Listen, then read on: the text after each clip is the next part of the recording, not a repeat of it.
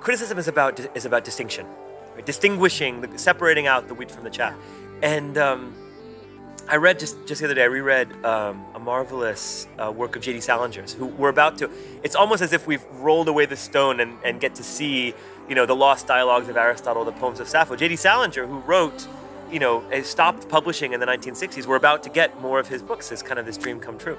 And he wrote this work called "Raise High the Roof Beam Carpenter," a quote from Sappho, from a translation of Sappho. Yeah. Raise High the Roof Beam Carpenter, and in it, in it, this family called the Glass family. Seymour Glass is the protagonist, and an eldest brother of this family of vaudevillian children, 7 of them, and he talks about distinction, and that for him, he's a great devotee of Zen and of Eastern spirituality, and one of the great principles of Eastern spirituality is not to distinguish.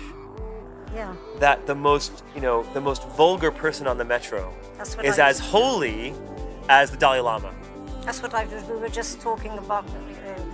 That young man that was in the Tea Party. Oh, you were at that Tea Which Party. Which one? You were reading Sappho. No, you were reading Greek. Ah. And then there was a man in the corner, I never forget him, and he said, oh, Sappho, who knows about Sappho? You know, the thing was, that he went on to read, because you had to leave, I think you were playing tennis or something, but he went on to read his poem, which was quite remarkable, about, he was Irish, and about how can, when you think you go to Westminster Abbey and you see all these generals and all these English who have been killing everybody all over the world, you think that's right, you think it's he kind of was, again, the Irish and the English will always be fighting. But I mean, and going back to George, when about distinction, when he says, oh, I don't want, you can read your poems, but I don't want you to have other people reading their poem. You'll have every Tom, Dick and Harry reading their bad poetry. I said, George, is there such a thing as bad poetry?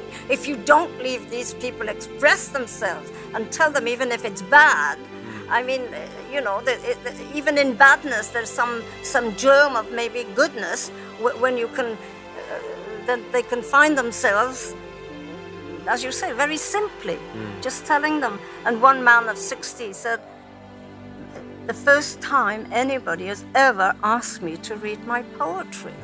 And I said, but that's beautiful. But he said, yes, I think it is, but I never thought anybody would be interested in it. 60 years old, you know. So that's the same thing you do with your students. It's the same thing. But I struggle with it because on the one hand, I am very attracted to this Eastern ideal of non-distinction. On the other hand, is Kim Kardashian's memoir really as good as King Lear?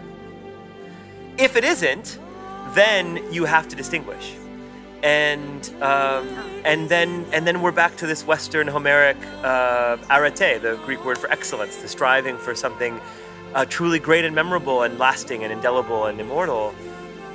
It's hard. It's hard to abandon distinction. And so, as a student of the Western canon, I admire this Eastern attachment to non-attachment, but I fail. I fail to achieve it in my own sense of taste.